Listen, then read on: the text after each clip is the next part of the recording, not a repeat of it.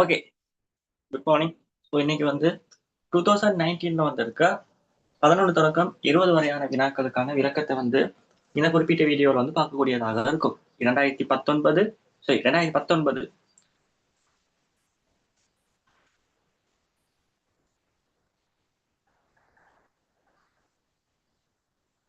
Okay okay good morning. So இந்த வீடியோவில் 2021 ஆண்டு வந்திருக்க 11 தொடக்கம் 20 வரையான MCQ வினாக்களுக்கான தெளிவான விளக்கத்தை, தியரி ரிவிஷனுடன் கூடிய மிக தெளிவான விளக்கத்தை இந்த வீடியோவை பார்க்கக்கூடியதாக இருக்கும். ஓகேவா? ஸோ எத்தனாம் ஆண்டு? 2021 11 தொடக்கம் 20 வரையானது. ஓகேவா? ஸோ ஏற்கனவே கிளாஸஸ்ல வந்து 1 தொடக்கம் 10 வரைக்குமான கிட்டத்தட்ட 110 வினாக்கள் பார்த்திருக்கோம். ஸோ அதன் தொடர்ச்சியாக 11 தொடக்கம் 20 வரையான வினாக்களுக்கு பார்ப்போம். ஓகேவா? இப்ப 11வது கேள்வியை பாருங்க. ஓகே, இது வந்து ஒரு அந்த கெமிக்கல் கல்குலேஷன், ரசாயன கணித்தல்கள் தொடர்பான கேள்வி ஒண்ணு. ஓகேவா? இந்த குறிப்பிட்ட பகுதியை பொறுத்தளவுக்கு உங்களுக்கு OL சிலபஸ்ல 2 சமன்பாடுகள் தெரிஞ்சிருந்தா காணும். ஒன்று C சமன் N கீழ் V. C சமன் N கீழ் V. அது என்ன Cன்னு சொன்னா, அது என்ன Cனா செறிவு. அவர் அளப்பம் மூல் டெசிமீட்டர் -3 அளப்பம். இது செறிவு. இவர் யாருன்னா இவர் பேர் மூல். இவர மூல் அளப்பம். இவர் பேர் யாருன்னா கனவளவு. இவரை யாருல அளப்பம்னா டெசிமீட்டர் கணத்துல அளப்போம். இவர் இதுல அளப்போம் டெசிமீட்டர் கணத்துல அளப்போம். ஆகவே இந்த ரசாயன கணித்தல்களை பொறுத்தளவுக்கு உங்களுக்கு தெரிய வேண்டிய முதலாவது சமன்பாடு செறிவு சமன் மூலின் கீழ் கனவளவு. இதுல உங்களை எதுல குழப்புவாங்கன்னு சொன்னா, இந்த கனவளவை அவரு சென்டிமீட்டர் கணத்துல கொடுத்தாலும் கொடுப்பாரு. ஆனா நீங்க எதுக்கு மாத்தணும்? அது டெசிமீட்டர் கணத்துக்கு மாத்தணும். இதுக்கு 10⁻³ பெருக்கி விட்டா காணும். 10⁻³ பெருக்கி விட்டா காணும். இது முதலாவது சமன்பாடு. இரண்டாவது சமன்பாடு N சமன் W கீழ் M. இது என்னதுன்னா இது யாருன்னா மூல். இங்க பாத்தீங்கன்னா மூல், அதே மூல் தான். இவர் யாருன்னா திணிவு. சோ திணிவ கிராம், அதுல பொது அளப்பம். இவர் யாருன்னா மூலர் திணிவு. இந்த மூலர் திணிவ கிராம் மூல் -1 என்ன செய்வோம், அளக்கக்கூடியதாக இருக்கும். சோ இந்த ரசாயன கணித்தல்கள்ல வரக்கூடிய எப்படிப்பட்ட கேள்வியா இருந்தாலும் அது கேள்விகள் இந்த 2 சமன்பாடுகளை தொடர்பு படுத்தி லிங்க் பண்ணி செய்யற மாட்டர் என்ன செய்வாங்கன்னா இந்த கேள்விகளை கொடுப்பாங்க. ஓகேவா? இப்ப நான் வினாவுக்கு போறேன். முதலாவது இந்த வினாவுல எனக்கு கொடுத்திருக்க தரவுகள் என்னன்னு சொன்னா, முதலாவது செறிவு 1 மூல் டெசிமீட்டர் -3. செறிவு அளக்கிற நியம அலகு mole decimetre -3. So mole decimetre -3லயே அவர் கொடுத்திருக்காரு. கனவளவு 100 சென்டிமீட்டர் கனமா. ஆனா எனக்கு தெரியும் கனவளவு அளக்கிற நியம அலகு டெசிமீட்டர் கனம். ஆகவே இங்க சென்டிமீட்டர் ஏன்னா இதை மாத்தணும். ஏன்னா சென்டிமீட்டர் கணத்துல இருக்கு, நான் நியம அலகு டெசிமீட்டர் கணத்துக்கு மாத்தணும். சோ 10⁻³ எனக்கு பிரிக்க வேண்டிய தேவை இருக்கு. அதே மாதிரி இது NaClன்னு சொல்லியிருக்காங்க. இப்ப கேட்டிருக்க கேள்வி எனக்கு திணிவு வேணும். NaCl திணிவு வேணுமா? ஓகே, இப்ப பாருங்க இந்த கேள்விகளை எப்படி பண்றதுன்னு பார்ப்போம். முதலாவது திணிவு வேணும்னா நீங்க எங்க போவீங்க? திணிவு வேணும்னா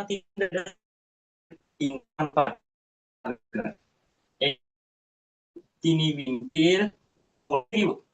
ஓகே, எதை பத்தி கதைக்கிறோம்? யாருக்கு கதைக்கிறோம்? NaClக்கு கதைக்கிறோம் இல்லையா? NaClக்கு கதைக்கிறோம்.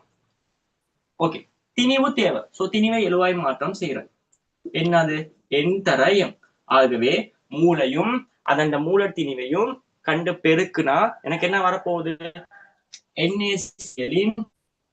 NaClன் திணிவு வரப்போகுது. மூல் அது தெரியாது, மூலப்ப நான் காணணும். ஆனா மூலத்திணிவு NaCl மூலத்திணிவு NaClன் மூலத்திணிவு காங்கலாமா இல்லையா? NaCl யார் யார் இருக்கா? சோடியம் ஒரு கார்காரு, குளோரின் ஒன்னு இருக்கு. ஒரு சோடியம் எத்தனை? 23. ஆகவே மொத்தம் 23. ஒரு குளோரின் 35.5. சோ மொத்தம் 35.5. மொத்தமா 58.5 என்னன்னு வரும்? கிராம் மோல் -1 வரக்கூடியதாக இருக்கும். ஏன்னா மூலத்திணிவு அளக்கிற அழகு கிராம் மோல் -1 சொல்லி நான் ஏற்கனவே என்ன செஞ்சுட்டேன் சொல்லிட்டேன். இப்ப பாருங்க, இந்த மூலத்திணிவு உங்களுக்கு தெரியும். ஆனா யார் தெரியாது? இந்த மூல் மட்டும் தெரியாது. ஆகவே இந்த மூளை மட்டும் நீங்க ஒரு சமன்பாட்டுல கண்டுபிடிச்சு அந்த மூளை கொண்டு வந்து இந்த இடத்துல அப்ளை பண்ணா என்னவா இருக்கும்? இவ்வளவுதான் வேலை. ஓகே, சோ மூல் தெரியணும்னா எங்க போவீங்க? மூல் இருக்க சமன்பாடு என்னது? C = N ன் கீழ் V. செறிவு சொல்லியிருக்காரு 1 மோல் டெசிமீட்டர் -3. சோ பெஸ்ட்டுக்கு N தெரியணும். N தானே தேவை. N என்ன செய்யணும்? C V ஆல பெருக்கணும். C தெரியும் 1, V தெரியும் 100. சென்டிமீட்டர் கணத்தை டெசிமீட்டர் கணத்துக்கு மாற்றுறதுக்காக 10⁻³ பெருக்குவோம். இதை பெருக்கினீங்கன்னா 0.1 மூல் என்ன செய்யப்படும்? 0.1 மூல் என்ன செய்யக்கூடியதாக இருக்கும்? வரக்கூடியதாக இருக்கும். இது 10⁻2 தானே. இது 10⁻2, இது 10⁻3.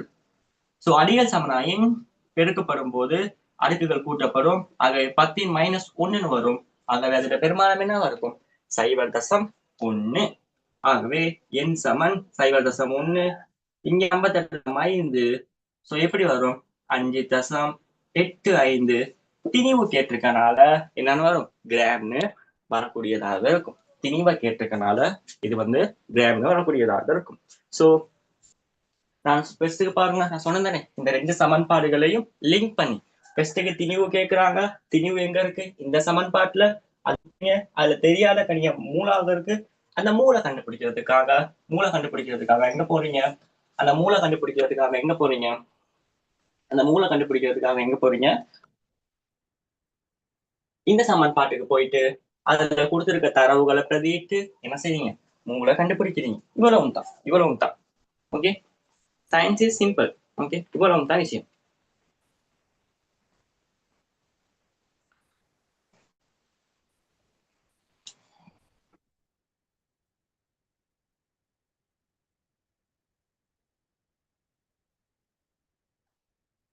ஓகே, சோ இது ரெக்கார்டிங்காக நீங்க ஸ்டாப் பண்ணி எழுதலாம்.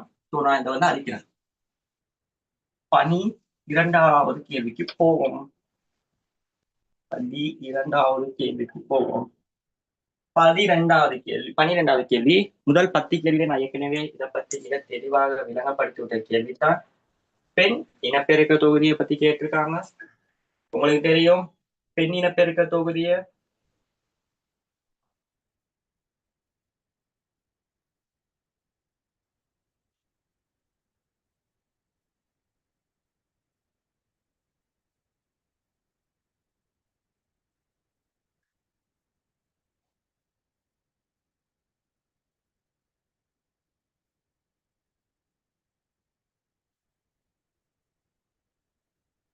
இவ்வாறு பெண் இனப்பெருக்க தொகுதியை நார்மலா வரையக்கூடியதாக இருக்கும். நினைக்கல ஒரு ஆள் இருப்பாரு, இந்த பக்கத்து இங்கிட்டு ஒரு ஆள் இருப்பாங்க. சோ இது பொதுவாக ஒரு நார்மலான பெண் இனப்பெருக்க தொகுதியில வரிப்படமாக என்ன செய்யப்படும் இருக்கும். அதாவது பகுதிகளை குறிக்கிறதுக்காக நான் நார்மலா வரைஞ்சிருக்கேன். ஓகேவா? சம்டைம் உங்களுக்கு இந்த இப்படி ஒரு படம் கொடுத்துட்டா உங்களுக்கு இந்த வலது இடது கண்டுபிடிக்கிறது ரொம்ப கஷ்டமா இருக்கும். உங்களுக்கு தெரியும் இதயத்தை நம்ம படிச்சோம் தானே. இதயத்தை படிக்கும் போது இந்த பக்கத்து இருக்கிறது என்னன்னு படிச்சோம்? இடது இதய வரை, இடது சோனையரைன்னு படிச்சோம். இங்கிட்டு இருக்கிறத வலது அப்படின்னு படிச்சோம். சோ அப்படியே ஞாபகம் வைத்துக் கொள்ளுங்க. ஓகேவா? இவர் யாருன்னா பலோப்பியன் குழாய். இதுதான் பெண் இனப்பெருக்க தொகுதி. பெண் இனப்பெருக்க தொகுதி. ஓகே, இவர் யாருன்னா சூலகம். இவர் யாருன்னா சூலகம். இந்த பகுதி எதுனா யோனி மடல். அதே மாதிரி இந்த குறிப்பிட்ட பகுதி என்னன்னா கருப்பை. இந்த குறிப்பிட்ட பகுதி கருப்பை. ஓகே, உங்களுக்கு தெரியும், அடிப்படையில சொல்லி கொடுத்திருப்பேன், ஒரு விந்தும் ஒரு மடியமான விந்து, அதாவது பெஸ்டுக்கு விந்து தாய்களத்திலிருந்து விந்து தாய்க்களம் இருமடியமாக இருக்கும். அந்த விந்து தாய்க்களம் ஒடுக்கற்பிரிவு அடையும் போது, ஒடுக்கற்பிரிவு என்னது, நிறமூர்த்தங்களுடைய எண்ணிக்கை அரைவாசி ஆகிறதுன்னு ஒடுக்கற்பிரிவு. ஆகவே விந்து தாய்க்களத்துல இருமடியமாக இருக்கும். இந்த இடத்துல ஒடுக்கற்பிரிவு நடைபெறனால விந்து உருவாகும். ஆகவே நிறமூர்த்தங்களின் எண்ணிக்கை அரைவாசி ஆகிறதுதானே இந்த ஒடுக்கற்பிரிவு. ஆகவே என்ன இருந்தது, விந்து என்ன மாறுது. சோ அதே மாதிரிதான் இங்கேயும் அப்படி வந்து என்ன செய்யப்படும்னா ஒரு சூழ் சேரக்கூடியதாக இருக்கும். இது முட்டை. ஓகேவா? சோ அதுவும், அதாவது விந்து தாய்க்களம் இருமடியமாக இருக்கும். அதே மாதிரி விந்து தாய்க்களம் இருமடியமாக இருக்கும். அது ஒடுக்கப்பிரிவு அடையும் போது விந்து உருவாகும். அதே மாதிரி அந்த சூழ் தாய்க்களம் அல்லது முட்டை தாய்க்களம் இருமடியமாக இருக்கும். அது வந்து பார்த்தோம்னு சொன்னா ஒடுக்கப்பிரிவு அடைகிற சந்தர்ப்பத்துல என்ன உருவாகக்கூடியதாக இருக்கும். இதெல்லாம் உங்களுக்கு சம்டைம் இல்லைன்னு நினைக்கிறேன். ஆனா நீங்க தெரிஞ்சு கொள்ளுங்க, விந்து தாய்க்களம் இருமடியமாக இருக்கும். அது ஒடுக்கப்பிரிவு அடைகிற சந்தர்ப்பத்துல தான் விந்து உருவாகும் ஒரு மடியம். ஏன்னா நிறமூர்த்தங்களின் எண்ணிக்கை அரைவாசி ஆகிறதுன்னு ஒடுக்கப்பிரிவு. ஓகே, சோ ஒரு ஆணை பொறுத்த அளவுக்கு ஒரு ஆணிட இனப்பெருக்க புணரிக்களம் யாராக இருக்கும், புணரி இதாக இருக்கும், விந்தாக இருக்கும். அதே மாதிரி பெண்ணை பொறுத்த அளவுக்கு என்னவா இருக்கும், சூழாக காணப்படக்கூடியதாக இருக்கும். ஆகவே இப்படி ஒரு மடியமான விந்தும் ஒரு மடியமான சூழும் சேரும் போய்தான் இதை நம்ம என்னன்னு சொல்லுவோம்னா ஒரு கருக்கட்டல் அப்படின்னு சொல்லுவோம். அப்படி கருக்கட்டப்பட்டு என்ன உருவாகக்கூடியதாக இருக்கும், ஒரு நுகம் உருவாகக்கூடியதாக இருக்கும். ஆகவே ஒரு மடியமான விந்தும் ஒரு மடியமான சூழும் சேர்ந்து ஒரு நுகம் உருவாக்கப்படுறதுதான் என்னன்னு சொல்லுவோம், கருக்கட்டல் சொல்லக்கூடியதாக இருக்கும். மற்றபடி உங்களுக்கு தெரியும், மனிதனை பொறுத்தளவுக்கு அது வந்து இலிங்க முறை இனப்பெருக்கத்தை தான் மேற்கொள்ளுது. மனிதனை பொறுத்தளவுக்கு மனிதன் வந்து இலிங்க முறை இனப்பெருக்கத்தை தான் மேற்கொள்வாரு. மனிதன்ல வந்து பார்த்தோம்னா 23 நிறமூர்த்த சோடிகள் இருக்குன்னு உங்களுக்கு தெரியும். மனிதன்ல 23 நிறமூர்த்த சோடிகள் காணப்படுதுன்னு உங்களுக்கு கண்டிப்பா தெரிஞ்சிருக்கும். அந்த 23 நிறமூர்த்த சோடிகள்ல முதல் 22 சோடிகள் உடல் நிறமூர்த்தம், அதாவது உடலின் இயல்புகளுக்கு பொறுப்பானது. அதாவது உடல் நிறமூர்த்தம் அல்லது தன் நிறமூர்த்தம்னு சொல்லிக் கொள்ளக்கூடியதாக இருக்கும். இறுதியாக காணப்படுற ஒரு சோடி நிறமூர்த்தத்தை தான் இலிங்க நிறமூர்த்தம்னு சொல்லுவோம். அதைத்தான் நம்ம என்னன்னு சொல்லுவோம், இலிங்க நிறமூர்த்தம் அப்படின்னு சொல்லுவோம். இந்த இலிங்க நிறமூர்த்தம் தான் நீங்கள் ஆனா பெண்ணா என்பதை தீர்மானிக்குது. ஓகேவா? சோ அந்த ஆண் பெண் எப்படி வர்றது எல்லாமே பார்த்திருக்கோம். ஓகேவா? ஆகவே ஒரு மடியமான விந்தும் ஒரு மடியமான சூழும் சேர்ந்துதான் ஒரு இருமடியமான நுகம் என்ன செய்யப்படுது, உருவாக்கப்படுது. எண்ணும் சேர்ந்து ஒரு இருமடியமான நுகம் உருவாக்கப்படுது. அந்த நுகம் அந்த ஒவ்வொரு கட்டத்திலையும் அதுக்கு ஒவ்வொரு பேர் வரும். நுகத்துக்கு அப்புறம் முசூர் அப்படி பேர்கள் வந்து அதுக்கப்புறம் ஒரு குழந்தையாக மாறக்கூடியது. இந்த விந்தும் இந்த இந்த நுகம் உருவாகக்கூடியதாக இருக்கும். ஓகே, சூழ் எங்க இருக்கும்னா இந்த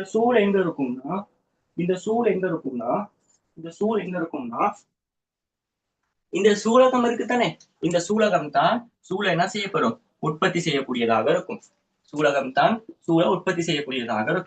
அப்படி அந்த சூலகம் சூழ உற்பத்தி செய்து ஒரு குறிப்பிட்ட காலத்துக்கு அப்புறம் அந்த சூழல் என்ன செய்யப்படும்னா விடுவிக்கக்கூடியதாக இருக்கும். இப்படி இதன் வெளிப்பகுதியில விடுவித்துக் கொள்ளக்கூடியதாக இருக்கும். அப்படி இந்த சூலகத்துல இருந்து இந்த சூழ் வெளியேற அந்த செயல்முறையைத்தான் சூழ் கொள்ளல் அப்படின்னு சொல்லக்கூடியதாக இருக்கும். இந்த சூலகத்துல இருந்து இப்படி சூழ் வெளியேறது தான் நம்ம சூழ் கொள்ளல்.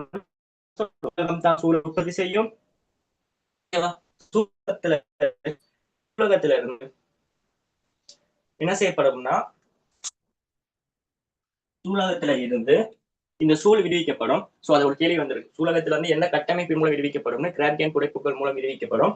இப்ப விடுவிக்கப்பட்டு இந்த வெளிக்கு வந்ததுக்கு அப்புறம் இந்த வெளியில காணப்படுகின்ற இந்த பலோப்பியன் குழாய்கள் அந்த சூழலை என்ன செய்யும்? பெற்றுக்கொள்ளும். இந்த பலோப்பியன் குழாய்கள் இந்த சூழலை பெற்றுக்கொள்ளக்கூடியதாக இருக்கும். அதே மாதிரி இந்த சூழ் எங்க வந்துடுச்சு? பலோப்பியன் குழாய்க்கு வந்துடுச்சு.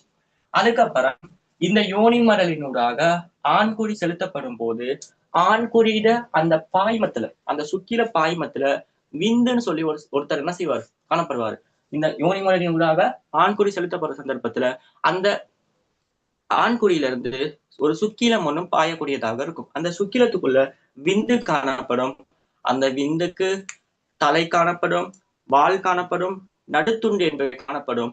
அந்த விந்து நீந்தி அப்படியே சென்று அந்த ஒரு அந்த அந்த தண்ணீர் எல்லாம் நம்ம அந்த தவளையிட சிறு பருவம் வார்ப்பை இருக்கும் தானே, அதண்ட வடிவத்தை ஒத்ததாக இருக்கும். சோ தலை, வால், நடுத்துண்ட ஆகிய 3 பகுதிகளை கொண்டிருக்கும் அந்த விந்து சுக்கில பாய்மத்துல நீந்தி சென்று பல்லாயிரக்கணக்கான விந்துகள் வரும். அதுல 1-2 விந்துகள் தான் நீந்தி சென்று கடைசியா சூழல் அடையக்கூடியதாக இருக்கும். ஆகவே ஓகேவா? சோ அந்த சூழ் இந்த ஆண்குறி யோனிமடையில் செலுத்தப்படுற சந்தர்ப்பத்துல விடுவிக்கப்படுற அந்த சூழ் அந்த விந்து இந்த இடத்துல அப்படி என்ன செய்யப்படும்னா நீந்தி நீந்தி நீந்தி நீந்தி நீந்தி நீந்தி நீந்தி எங்க போகும்னா இந்த பலோப்பியன் குழாய்க்கு போகக்கூடியதாக இருக்கும். ஆகவே இப்ப பாத்தீங்கன்னா இந்த சூழும் அதே மாதிரி இந்த விந்தும் என்ன செய்யப்படுது? கருக்கட்டப்படுது. நல்லா கவனிக்கணும். கருக்கட்டல் நடைபெறுது. அந்த இடம் என்னவா இருக்கு? பலோப்பியன் குழாயாக என்ன செய்யப்படும்? இருக்கக்கூடியதாக இருக்கும். கருக்கட்டல் எங்க நடைபெறுது? இந்த பலோப்பியன் குழாயில. அப்படி அவங்க ரெண்டும் அந்த இடத்துல சேர்ந்ததை நம்ம சொல்லுவோம் கருக்கட்டல்னு.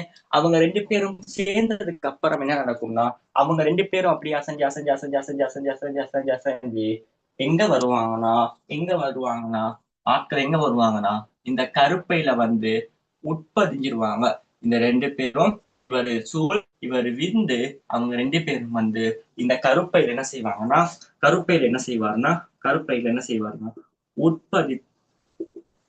உட்பதிஞ்சிருவாங்க இங்க கருப்பையில. ஆகவே கருக்கட்டலானது பெண்ணின பெருக்க தொகுதியில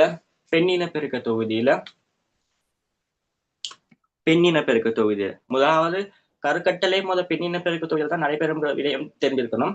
அந்த பெண்ணின பெருக்க தொகுதியில காணப்படுற பலோப்பியன் குழாயில அந்த கருக்கட்டல் நடைபெறும். அதுக்கப்புறம் உட்பதித்தலானது எனக்கு லைட்னால கொஞ்சம் தெரியாம இருக்கு. நீங்க எழுதியிருக்கிறது கருப்பை. ஓகே, எங்க உட்பதித்தலானது எங்க நடைபெறும்னா கருப்பையில நடைபெறக்கூடியதாக இருக்கும். கருக்கட்டலானது பலோப்பியன் குழாயில நடைபெறும். ஓகே,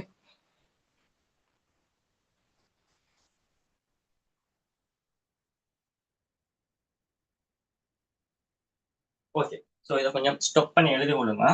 சோ ஆகவே இந்த 2 வினாக்களுக்குமான விடைகள் இதுல முதலாவது பகுதிகளை கேட்டிருக்காங்க. சோ எல்லா பகுதிகளும் மிக தெளிவாக குறிச்சு காட்டியிருக்கேன். சோ நீங்க பார்த்து கொள்ளலாம். அதே மாதிரி இந்த ஓகே, முதல் 22 மனிதன்ல 22 நிறமூர்த்தங்கள்ல முதல் 22 நிறமூர்த்தங்கள் உடலின் இயல்புகளை தீர்மானிக்கும். அதாவது ஆனா பெண்ணாங்கிறத தவிர மற்ற உடலுடைய இயல்புகளை தீர்மானிக்கிறது 22 நிறமூர்த்தம், 22 சோழி நிறமூர்த்தம், முதல் 22 சோழி நிறமூர்த்தம். கடைசியா இருக்க அந்த ஒரு சோழி நிறமூர்த்தம் தான் மனிதன்ல இருக்க ஆனா பெண்ணா, மனிதன் ஆனா பிறக்க போற குழந்தை ஆனா பெண்ணாங்கிறத தீர்மானிக்கும். ஓகே ஓகே, இருக்கட்டும். அடுத்த கேள்வி பாருங்க. ஆடிகள் நீங்க தரம் 11ல ஒளி தெரிப்பு, ஒளி முறிவு, ஒளி தெரிப்பு விதிகள், ஒளி முறிவு விதிகள் படிச்சிருப்பீங்க. அதுல பார்த்தோம்னு சொன்னா ஆடிகளை பத்தி நீங்க கண்டிப்பா படிச்சிருப்பீங்க. படிக்காம இருக்க மாட்டீங்க யாரும். ஆடிகளை பத்தி படிச்சிருப்பீங்க.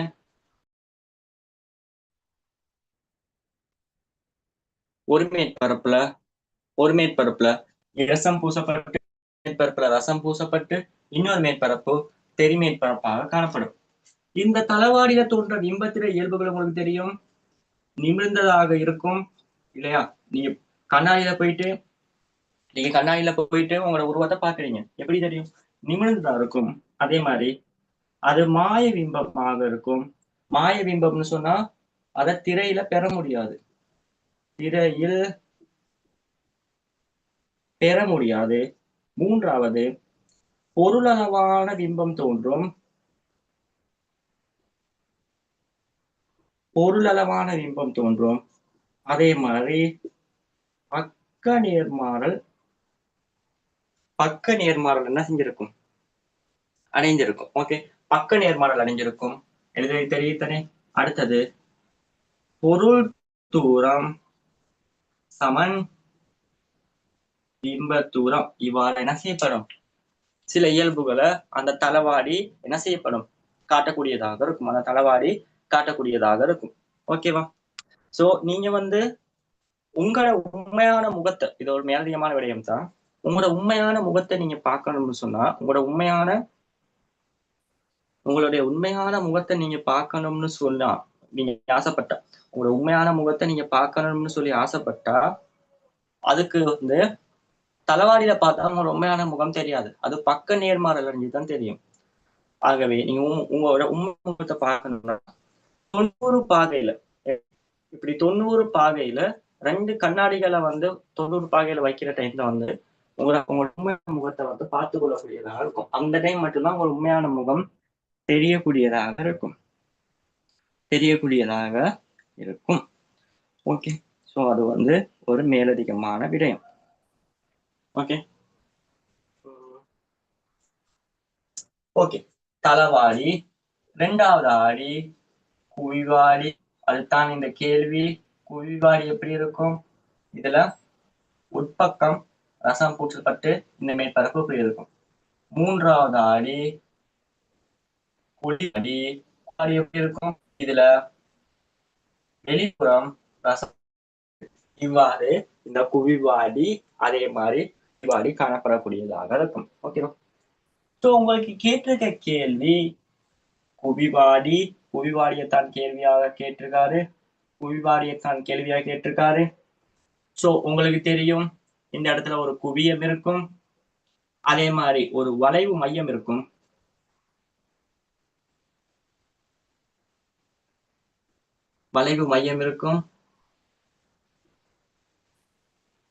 அதே மாதிரி குவியம் காணப்படக்கூடியதாக இருக்கும். ஓகே, நான் உங்களுக்கு சொல்லிக் கொடுத்திருந்தேன், கிளாஸுக்கு வந்தவங்களுக்கு தெரியும், நம்மளுடைய ஸ்ட்ரக்சர் பூஸ்டர் இருக்கட்டும், நான் சொல்லிக் கொடுத்திருந்தேன். வில்லைகளை பொறுத்தளவுக்கு குவிவு வில்லை, குழிவு வில்லைன்னு 2 இருக்கு. அதே மாதிரி ஆடிகளை பொறுத்தளவுக்கு வில்லைகளை பொறுத்தளவுக்கு குவிவு வில்லைன்னு சொல்லியும் குழிவு வில்லைன்னு சொல்லியும் இருக்கு. ஆடிகள்லையும் இப்ப நம்ம பாக்குறது என்னது? தளவாடியை விடுவோமே, குழிவு ஆடியும் இருக்கு. இதுல நான் உங்களுக்கு சொல்லி கொடுத்திருப்பேன். வில்லைகளை பார்ப்போமே. வில்லைகள்ல உங்களுக்கு தெரியும், குழிவு வில்லையில எங்க போட்டாலும் ஒரு சிறுத்த மாய பிம்பம் வரும்னு படிச்சிருக்கோம். ஓகேவா? குழிவு வில்லையில நான் சொல்லி கொடுத்திருக்கேன், வில்லைகள்ல குழிவு வில்லை எப்படிப்பட்ட ஒரு பிம்பத்தை தோற்றுவிக்குதோ அதற்கு ஒப்பாகத்தான் ஆடிகள்ல குவிவு ஆடி தோற்றுவிக்கும்னு சொன்னேன். வில்லைகள்ல குழிவு வில்லை எப்படியோ அதே ஆடிகள்ல குவிவு ஆடி. ஓகே, எங்க பொருளை வச்சாலும் தோன்ற பிம்பம் ஒரு சிறுத்த நிமிர்ந்த மாய பிம்பமா தான் இருக்கும். ஓகேவா? அதே வில்லைகள்ல குவிவு வில்லை எடுத்துக்கொண்டோம்னா நம்ம நிறைய நிலைகள் படிப்போம். முடிவெளியில 2F அப்பா, 2Fல 2Fக்கும் Fல வைக்கிற அந்த பொருளின் இடத்தை பொறுத்து அந்த பிம்பம் மாறுபடும். இதுல வில்லைகள்ல குவிவு வில்லையில, ஆடிகள்ல குழிவு ஆடிகள்ல. ஓகேவா? சோ இந்த விடயத்தை நீங்க எல்லாருமே ஞாபகம் வைத்துக் கொள்ளணும். ஓகேவா?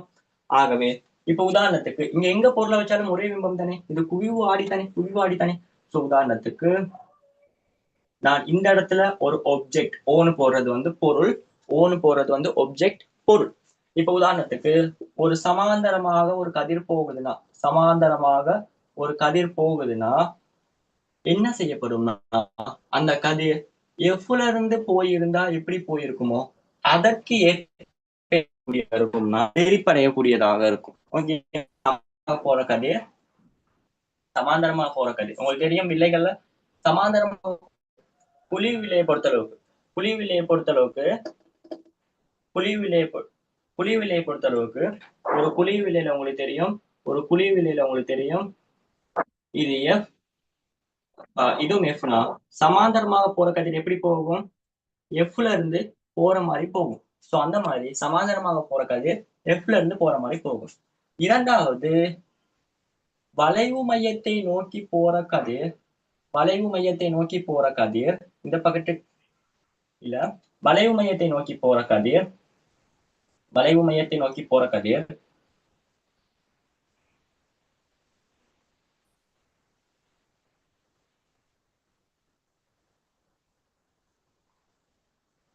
வளைவு மையத்தை நோக்கி செல்ற கதிர் இது வேற கதிர்னால கொஞ்சம் ஹைலைட் பண்ணி காட்டுறேன். வளைவு மையத்தை நோக்கி செல்ற கதிர் என்ன செய்யப்படும்? மீண்டும் அதே பாதையூடாக என்ன செய்யக்கூடியதாக இருக்கும்? செல்லக்கூடியதாக இருக்கும். வளைவு மையத்தை நோக்கி செல்ற கதிர் மீண்டும் அதே பாதையில போகும். ஆகவே ரெண்டும் சந்திக்கிற இடத்துல ஒரு பிம்பம் உருவாகும். இந்த பிம்பம் வார கதிர்களே, அதாவது தெளிப்படைஞ்சு வார கதிர்களே சேர்ந்து பிம்பத்தை உருவாக்கல. அந்த கதிர்களை நம்ம ஒரு கற்பனையாக பின்னுக்கு இணைச்சு நீட்டும் போய் தான் என்ன செய்யப்படுது? பிம்பம் உருவாகுது. அதாவது இந்த இடத்துல இந்த குவிவிலையை பொறுத்தளவு குவிவிலையில நீங்க எஃப்க்குள்ள ஒரு பொருளை வச்சா ஒரு மாய பிம்பம் வரும் தானே. சோ அந்த டைம்ல நம்ம சொல்லியிருப்போம், போற கதிர்களே பிம்பத்தை உருவாக்குனா தான் அது உண்மையான பிம்பம். சோ இந்த இடத்துல அப்படி உருவாகல. அது என்ன செய்யப்படுது? ஒரு கற்பனையில நம்ம இணைச்சி நீட்டும் போது உருவாகுது. இந்த பிம்பம் ஒரு மாய பிம்பம். ஆகவே திரையில விழுத்த முடியாது. அதே மாதிரி பிம்பம் ஆடிக்கு பின்னாடி ஆடிக்கு பின்னால் இந்த பிம்பம் தோன்றது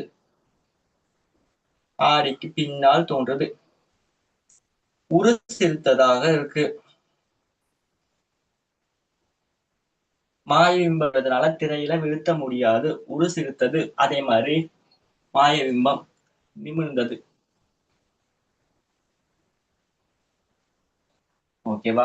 சோ இந்த விடயங்கள் தெரிஞ்சிருக்கணும். ஆகவே ஒரு குவிவாடி தான் உங்களுக்கு தெரியும். வாகனங்கள்ல காணப்படுற பக்க ஆடியாக குவிவு ஆடித்தான் பயன்படுத்தப்படுது வாகனங்களோட பக்க ஆடியாக. ஓகேவா? சோ இதன் மூலம் இந்த கேள்விக்கான விடை எத்தனாவது விடை மிக தெளிவாக கொடுத்திருக்காங்க. 3வது விடையில இதற்கான இது மிக தெளிவாக கொடுக்கப்பட்டிருக்கு. ஆகவே இதற்கான விடை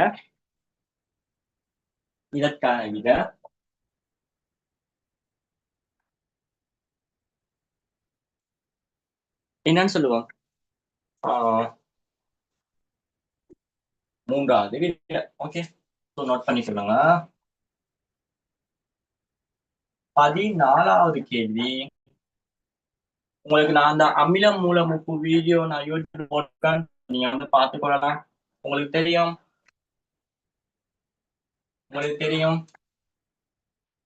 அமிலம்னு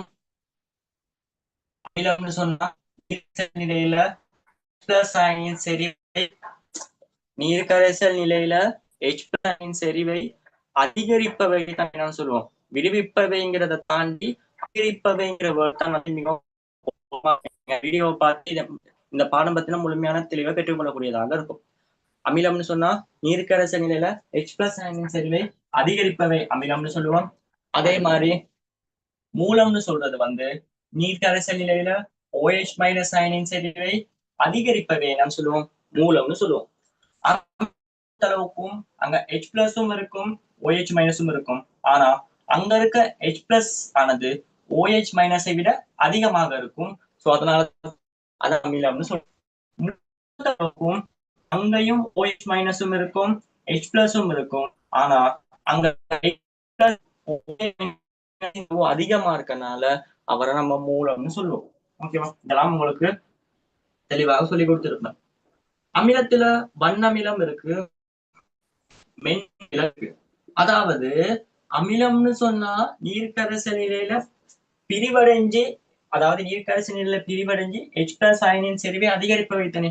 அப்படி நீர்க்கரைசல் நிலையில பிரிவடையும் போது முற்றாக பிரிவடைஞ்சா வண்ணமிலம், பகுதி அளவுல பிரிவடைஞ்சா மின்னமிலம். ஓகேவா? சோ வண்ணமிலங்களுக்கு உதாரணமாக HCl, H2SO4, அதே மாதிரி HNO3 என்பவற்றை குறிப்பிடலாம். வெண்ணமிலங்களுக்கு உதாரணமாக CH3COOH, H2CO3, H3PO4, ஓகே. இவர் யாரு? ஐதான ஐதரோ சல்பூரிக் அமிலம். இது நைட்ரிக் அமிலம். இவர் யாருன்னா இவர் பேரு அசட்ரிக் அமிலம் வினாகிரி. அசட்ரிக் அமிலம் இவர் தான் நம்ம வீட்டுல பாவிக்கிற வினாகிரி. H2CO3 கார்போனிக் அமிலம். H3PO போனா பொசுபோரிக் அமிலம் இல்லையா? மூலத்தை பொறுத்தளவுக்கு மூலத்துல 2 பேர் இருக்காங்க, வன்மூலம், மென்மூலம். அதே தான் நீர்க்கரைசல் நிலையில பிரிவடைஞ்சு OH மைனஸ் அயனின் செறிவை அதிகரிப்பவே மூலம்னு சொல்லுவோம். அதுல முற்றாக பிரிவடைஞ்சு அதிகரிச்சா வன்மூலம், பகுதி அளவுல பிரிவடைஞ்சு அதிகரிச்சா மென்மூலம். வன்மூலத்துக்கு உதாரணமாக NaOH, potassium hydroxide, sodium, magnesium hydroxide. அதாவது நீங்க இந்த இணைப்பை அலர்ச்சி ஏஸ்டிக்கு போனீங்கன்னா உங்களுக்கு ஒரு பால் கொடுப்பாங்க தெரியுமா, மக்னீசியம் ஹைட்ரோக்சைடு. ஸோ அதெல்லாம் வந்து மென்மூலத்தை பொறுத்தளவுக்கு அமோனியா, அதே மாதிரி அமோனியம், இது வந்து அமோனியா, அதே மாதிரி அமோனியம் நீர்க்கரைசல் NH4OH, அமோனியம் நீர்க்கரைசல்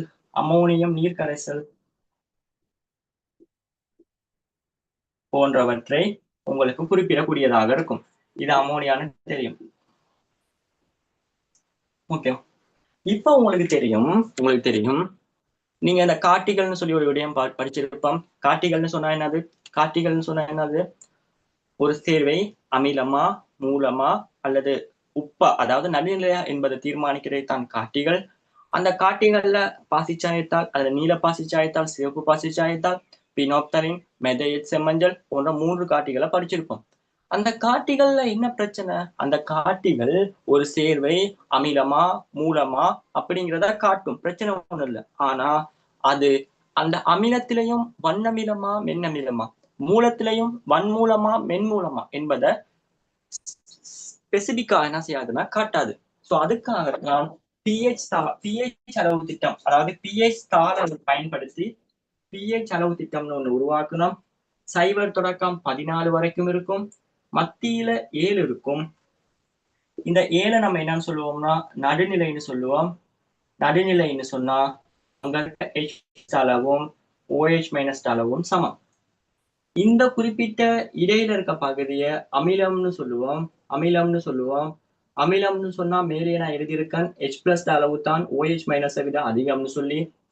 இந்த குறிப்பிட்ட பகுதியை நான் மூலம்னு சொல்லுவேன். மூலம்னு சொல்றவங்களுக்கு நான் ஏற்கனவே எழுதியிருக்கேன் OH மைனஸ் ஆனது H+ விட அதிகம்னு சொல்லி. ஓகே, இப்ப 2 பகுதிகள் இருக்கும். இதுல முன்னுக்கு இருக்க பகுதி வன் அமிலம், அமிலத்திலையும் 2ஆ பிரிக்கிறோம். 2வது இருக்க பகுதி மென்னமிலம். மூலத்தையும் 2ஆ டிவைட் பண்றேன். அதுல முதலாவது இருக்கிறது மென்மூலம், 2வது இருக்கிறது வன்மூலம். ஆகவே ஒரு குறிப்பிட்ட சேர்வை அமிலமா, மூலமா, அதாவது அது வண்ணமிலமா, வன்மூலமா, மென்னமிலமா, மென்மூலமான்னு காண்றதுக்கு அந்த pH தாள் அதுல போட்டு அதுல ஏற்படுற நிறம் மாற்றத்துக்கு ஏற்ப அந்த நிறம் மாற்றம் இந்த இடத்துல எங்க இருக்குன்னு பார்த்து அந்த குறிப்பிட்ட நம்பர் இருக்கிறதுக்கு அடிப்படையில், இப்ப இந்த குறிப்பிட்ட நம்பருக்குள்ள வந்துருந்துச்சுன்னா அது வண்ணமிலம், அல்லது இந்த குறிப்பிட்ட நம்பருக்குள்ள வந்துருந்துச்சுன்னா மென்மூலம்னு சொல்லக்கூடியதாக இருக்கும். ஆகவே இதுதான் அடிப்படையான விஷயம். இதுல pH அளவு திட்டம் அதிகரிக்கிற ஒழுங்குன்னு என்னத்த சொல்லியிருக்காங்களா? pH அளவு திட்டம் அதிகரிக்கிற ஒழுங்குங்கிறது 0 தொடக்கம் 14 வரைக்கும் போற இத்தனை அதிகரிக்கிறது. சோ அந்த அதிகரிக்க போக்குல பாருங்க, முதலாவது வண்ணமிலம் இருக்கு, அதை விட பெருசா யார் இருக்கா? மென்னமிலம் இருக்கு. அதுக்கு அங்கிட்டு யார் இருக்கா? நடுநிலை இருக்கு. அதுக்கப்புறம் மென்மூலம் இருக்கு. அதுக்கப்புறம் வன்மூலம் இருக்கு. ஆகவே இதுதான் pH அளவு திட்டம் அதிகரிக்கிற ஓர்டராக என்ன செய்யப்படும் இருக்கும். ஆகவே உங்களுக்கு கொடுத்திருக்க சேர்வைகள்ல வண்ணம் HCl இருக்காங்க, மென்னமிலமாக CH3COOH இருக்காங்க. அதே மாதிரி நடுநிலை யாருமே இல்லை. இந்த நடுநிலையில பொதுவாக தூய நீர் வரக்கூடியதாக இருக்கும் நடுநிலையில.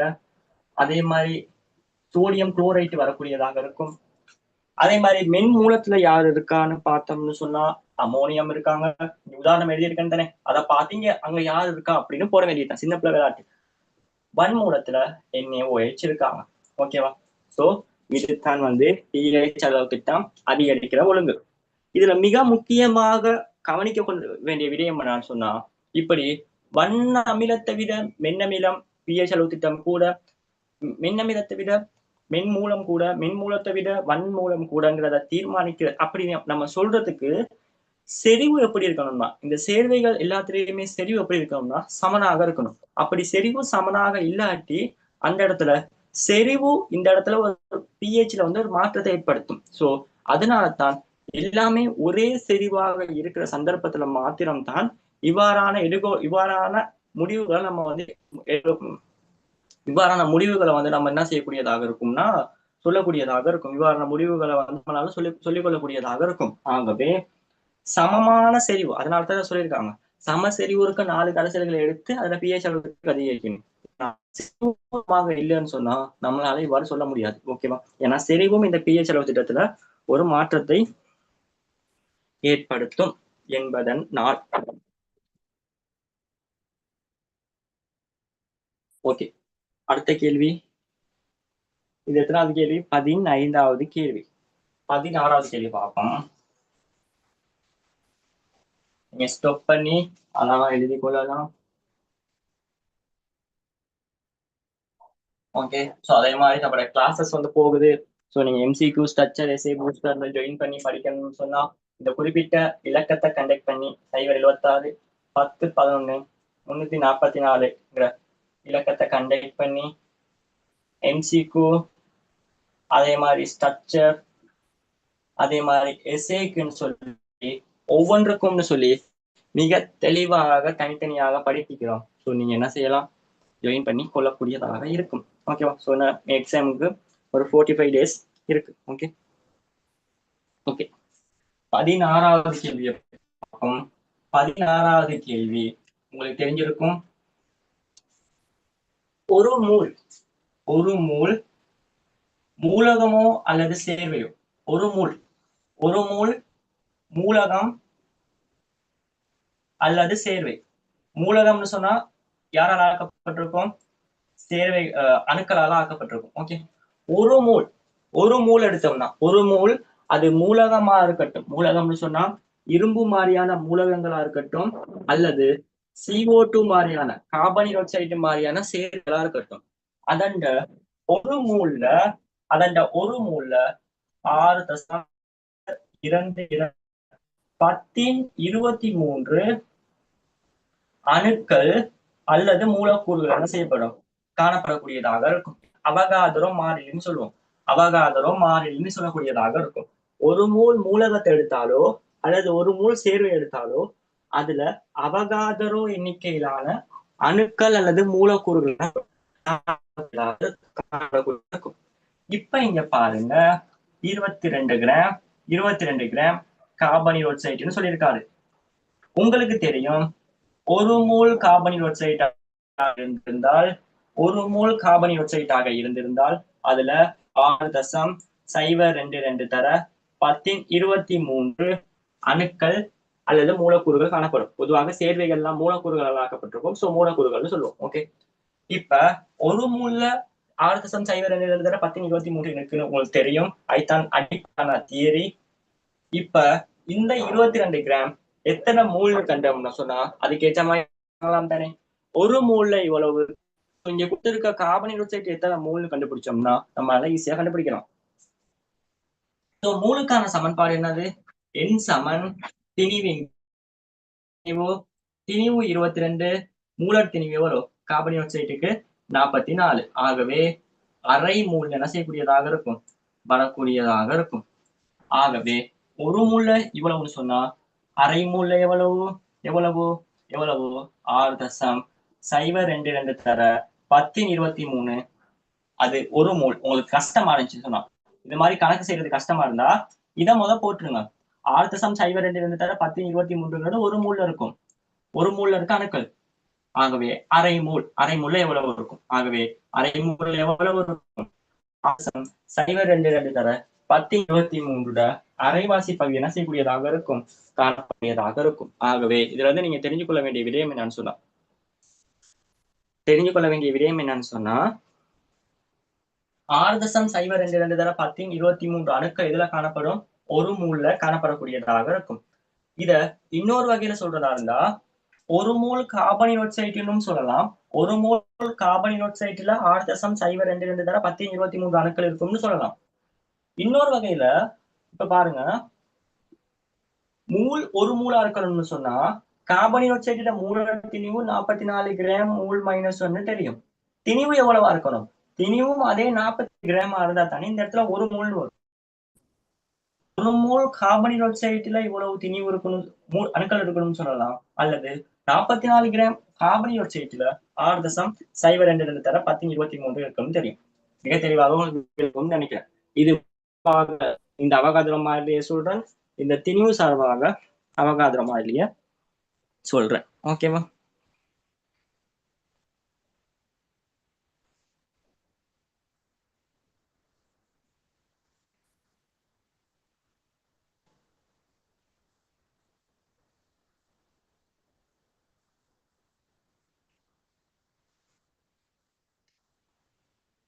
ஓகே.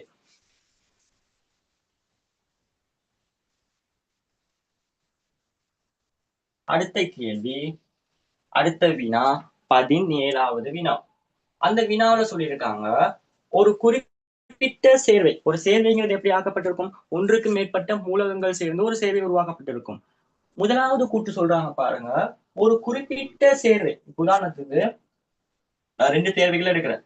கார்பனீரொக்சைட்டு அதே மாதிரி NaCl எடுக்கிறேன். NaCl. இந்த கார்பனீரொக்சைட்டுங்கிற சேர்வை, NaClங்கிற சேர்வை எல்லாம் மூலகங்களால் ஆக்கப்பட்டிருக்கு. இவர்கள் சொல்ல வர கருத்து என்னன்னு சொன்னா, ஒரு குறிப்பிட்ட சேர்வை மூலகங்களால்தான் ஆக்கப்பட்டிருக்குன்னு நீங்க சொல்றீங்க. இந்த மூலகம் ஒவ்வொன்றுக்குமான தனித்துவமான இயல்புகள் எல்லாத்தையும் சேர்த்ததாகத்தான் அந்த குறிப்பிட்ட சேர்வை இருக்கும்னு சொல்றாரு. அதாவது இப்ப நல்ல ஒரு உதாரணம் இந்த கார்பனீரொக்சைடு. அவர் சொல்ற மாதிரி அப்படின்னா, கார்பனுக்கு இருக்க தனித்துவமான இயல்பும் ஒட்சிசனுக்கு இருக்க தனித்துவமான இயல்பும் சேர்ந்து தான் கார்பனீரொக்சைடுக்கு இருக்குன்னு சொல்றாரு. அது சுத்தப்பிழை. இப்ப பாருங்க, ஒட்சிசன் எப்படி அந்த ஒட்சிசனுக்கான கார்பனீரொக்சைடு எப்படி தகனத்துக்கு துணை புரியாத ஒரு ஆள். இறங்குதா? தகனத்துக்கு துணை புரியாத ஆள். ஆகவே அவர் சொல்ற மாதிரி அந்த ஒட்சிசன் எங்க இருக்கு? கார்பனீரொக்சைடுல இருக்குன்னா ஒட்சிசனுக்கான தனித்துவமான இயல்பும் எங்க இருக்கணும்? கார்பனீரொக்சைடுக்கு இருக்கணும். இருக்கா? ஒட்சிசன் தகனத்துக்கு புரியுது.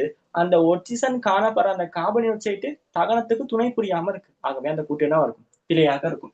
அதே மாதிரி சோடியம் ஒரு வீரியமான தாக்கத்தை மேற்கொள்ளக்கூடியதாக இருக்கும். ஒரு குளோரின் ஒரு வாயுவாக இருக்கும். ஆனா அது ரெண்டும் சேர்ந்து உருவாகிற அந்த சேர்வை NaCl நம்முடைய வீட்டு தேவைகளுக்காக பயன்படுத்தப்படுது. ஆகவே அந்த கூற்று எப்படிப்பட்ட கூற்று? ஒரு தவறான கூற்று. ஒரு தவறான கூற்று. அடுத்து யூரியாவை சொல்லியிருக்காங்க. யூரியான்னு சொன்னா CO NH2 NH2 முழுவதின் ட்வைஸ். இதுல எத்தனை கார்பன் இருக்கு? ஒரு கார்பன் இருக்கு. ஒட்சிசன் 1 இருக்கு. நைட்ரஜன் எத்தனை இருக்கு? 2 இருக்கு. எனக்குல 1 1 தர 2 1 தர 2 2 இங்க 2 2 தர 2 ஹைட்ரஜன் 4 2 தர 2 4. ஆகவே டோட்டலா 8 பேர் என்ன செய்யறாங்க? இதுல இருக்காங்க. டோட்டலா 8 பேர் இருக்காங்க. ஓகேவா? சோ 2வது கூட்டுல 2 கார்பன் சொல்லியிருக்காரு, இல்ல ஒரு கார்பன். 4 ஹைட்ரஜன் சொல்லியிருக்காரு, 4 ஹைட்ரஜன். டோட்டலா 7 அணுக்கள் சொல்லியிருக்காரு, இல்ல 8 அணுக்கள். இல்ல 8 அணுக்கள்.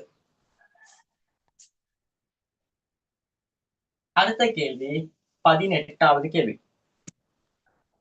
18வது கேள்வி.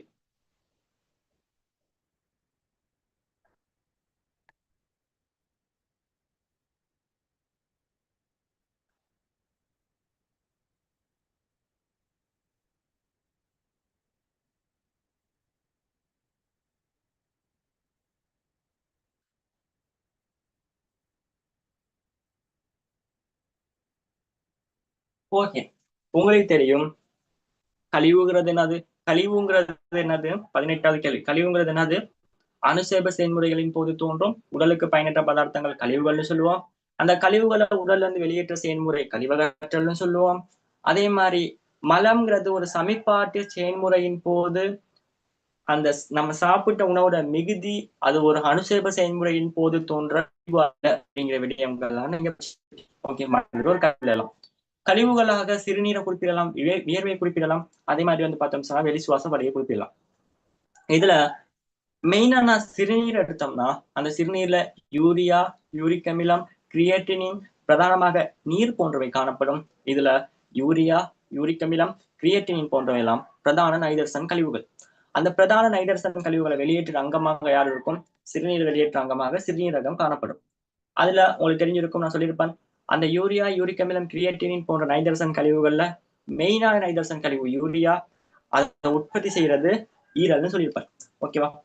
அந்த சிறுநீரை பிரதான நைதர்சன் கழிவை வெளியேற்ற அந்த அங்கமான சிறுநீரகம் பிரதான நைதர்சன் யூரியா அதை வெளியேற்ற அங்கம் பிரதானமாக மெயினா தோல் மூலமும் வெளியேற்றப்படும். ஆனா மெயினா வந்து பார்த்தோம்னு சொன்னா சிறுநீரகம் தான். அந்த சிறுநீரகத்தின்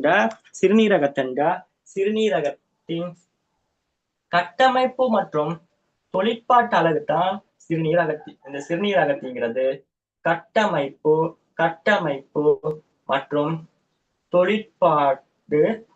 தொழிற்பாட்டு யூனிட்டாக இருக்கும், அழகாக இருக்கும். ஓகேவா?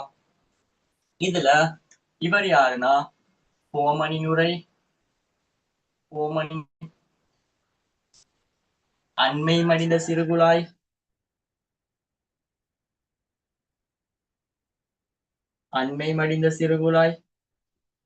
என்லேயின் இறங்கு புயம், என்லேயின்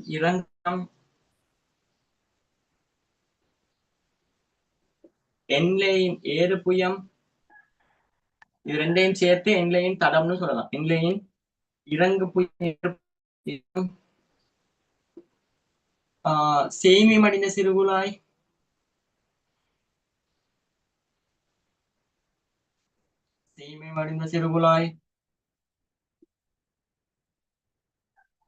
சேர்க்கும் கான் போன்ற பகுதிகளை உள்ளடக்கியதாக இந்த இவர் காணப்படுவார். இவர்ல உட்காவு புண்ணாடி கொஞ்சம் பெரிய விட்டம் கொண்டதாக காணப்படும். இந்த உட்காவு புண்ணாடி ரீசெண்டா சொல்றேன், பெரிய விட்டம் கொண்டதாக காணப்படும். அந்த உட்காவு புண்ணாடியானது உள்ளுக்கு காணப்படுற அந்த கலன்கோலத்துக்கு குருதியை விடுவிக்கும். உட்காவு புண்ணாடி மூலம் குருதி விடுவிக்கப்படும். அதே மாதிரி சிறிய விட்டம் கொண்ட வெளிக்காவு புண்ணாடி மூலம் குருதி வெளியேறக்கூடியதாக இருக்கும். இவர் உட்காவு புண்ணாடி,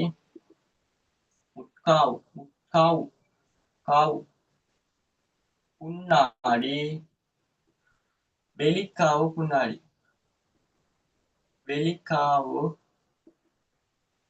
புண்ணாடி. ஆகவே இந்த இடத்துல பெரிய விட்டம் கொண்டதாக உட்காவு புண்ணாடியும் அதே மாதிரி சிறிய விட்டம் கொண்டதாக வெளிக்காவு புண்ணாடியும் இருக்கிறதுக்கான காரணம், பெரிய விட்டம் கொண்ட உட்காவு புண்ணாடியின் மூலம் அதிகளவான குருதி என்ன செய்யப்படும்? வரக்கூடியதாக இருக்கும். சிறிய விட்டம் கொண்ட வெளிக்காவு புண்ணாடியின் மூலம் கொஞ்ச அளவு குருதி தான் வெளியே போகும். ஆகவே கூட குருதி வந்து கொஞ்சம் குருதி வெளியே போனுச்சுன்னா இந்த கலன்கோலத்துக்குள்ள குருதி செய்யக்கூடியதாக இருக்கும். ஒரு உயர் அமுக்கத்துல காணப்படக்கூடியதாக இருக்கும். உயர் அமுக்கத்துல, அதாவது இப்படி உயர் அகத்துறிஞ்சலுக்காக இந்த இயல்பு என்ன செய்யப்படுது?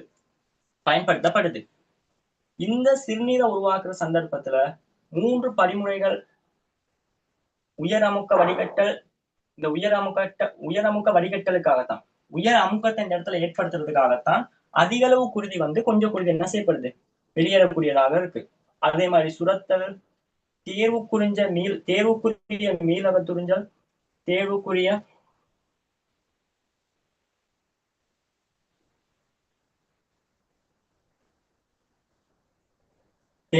மீளகத்துறிஞ்சல் தான் நடைபெறக்கூடியதாக இருக்கும். அதாவது என்னதுன்னு சொன்னா, இந்த உடல்ல காணப்படுற அந்த கழிவுகள்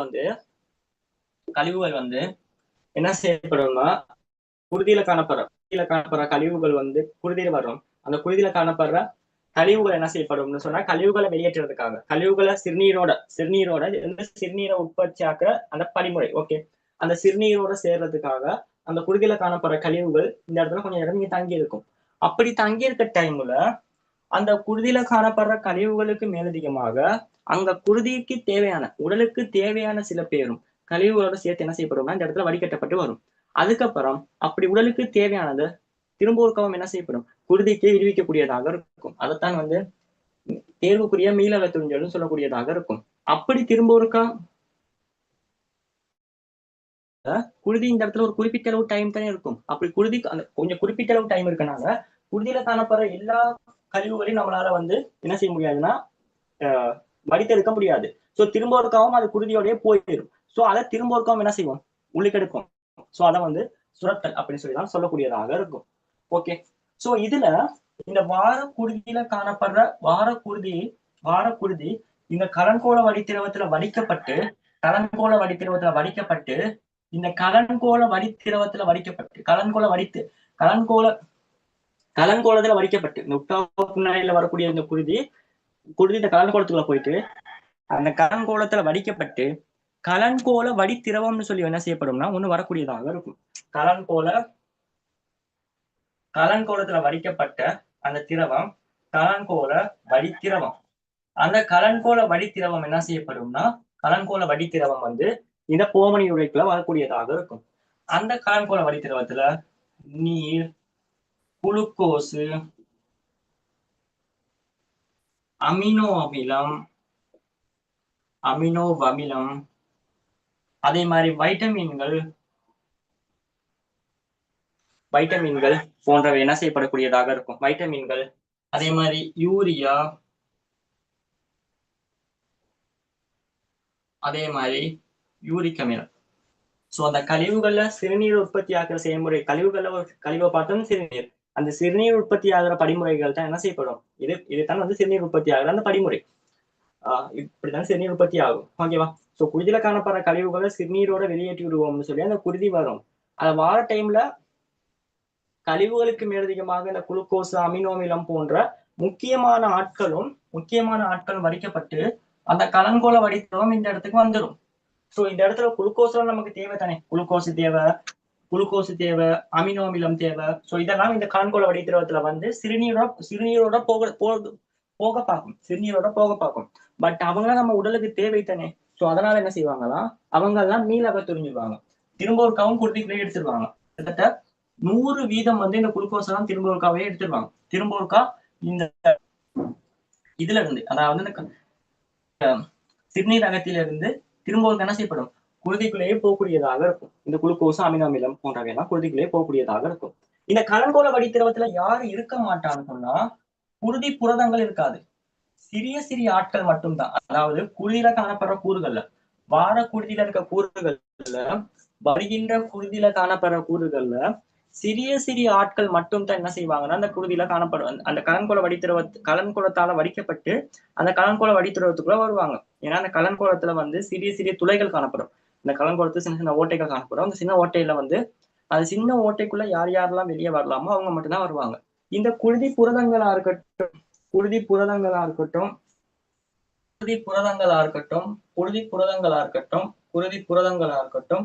அதே மாதிரி குருதி கலங்களா இருக்கட்டும், குருதி புரதங்கள் தெரியும், அல்புமின், குளோபியூலின் போன்றதெல்லாம் குருதி புரதங்கள்.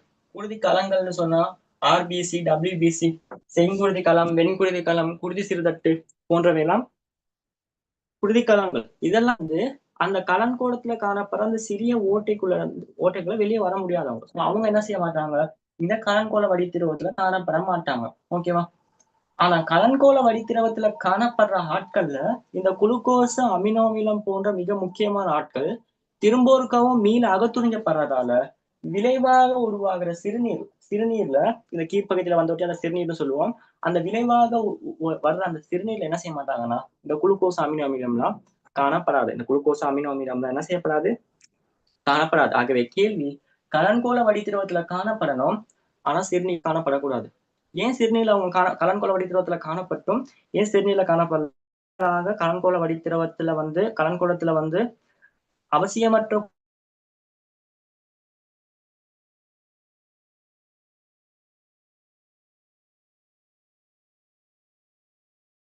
மூலக்கூறுகளை மட்டும் அமினோ அமிலம் எல்லாமே வந்துட்டாங்க, குளுக்கோஸ் அமினோ அமிலம் எல்லாமே வந்துட்டாங்க.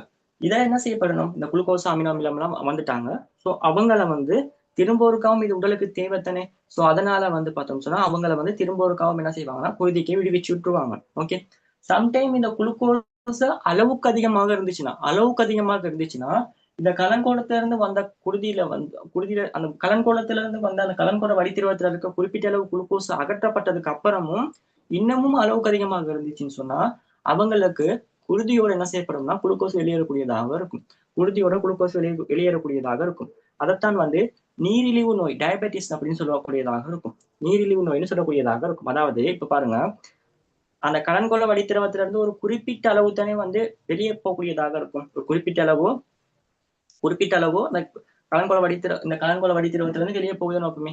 அப்படி வெளியே போயிட்டும் இன்னும் இங்க மிச்சமா இருக்குன்னா என்ன அர்த்தம், ஒரு அளவுக்கு அதிகமாக அந்த இடத்துல குளுக்கோஸ் இருக்கு. ஸோ அவங்களுக்கு என்ன செய்யப்படும், சிறுநீரோட குளுக்கோஸ் வந்து வெளியே போகக்கூடியதாக இருக்கும். ஆகவே அதைத்தான் வந்து டயபெட்டிஸ் நீரிழிவு நோய் என்ன செய்வோம் சொல்லிக்கொள்ளக்கூடியதாக இருக்கும். நீரிழிவு நோயின்னு சொல்லிக்கொள்ளக்கூடியதாக இருக்கும். ஆகவே கலன்கோள வடித்திரவத்துல காணப்படும், ஆனால் வந்து சிறுநீர்ல காணப்படாதது யாருன்னு சொன்னா நம்மட குளுக்கோஸ் அமினோ அமிலம்.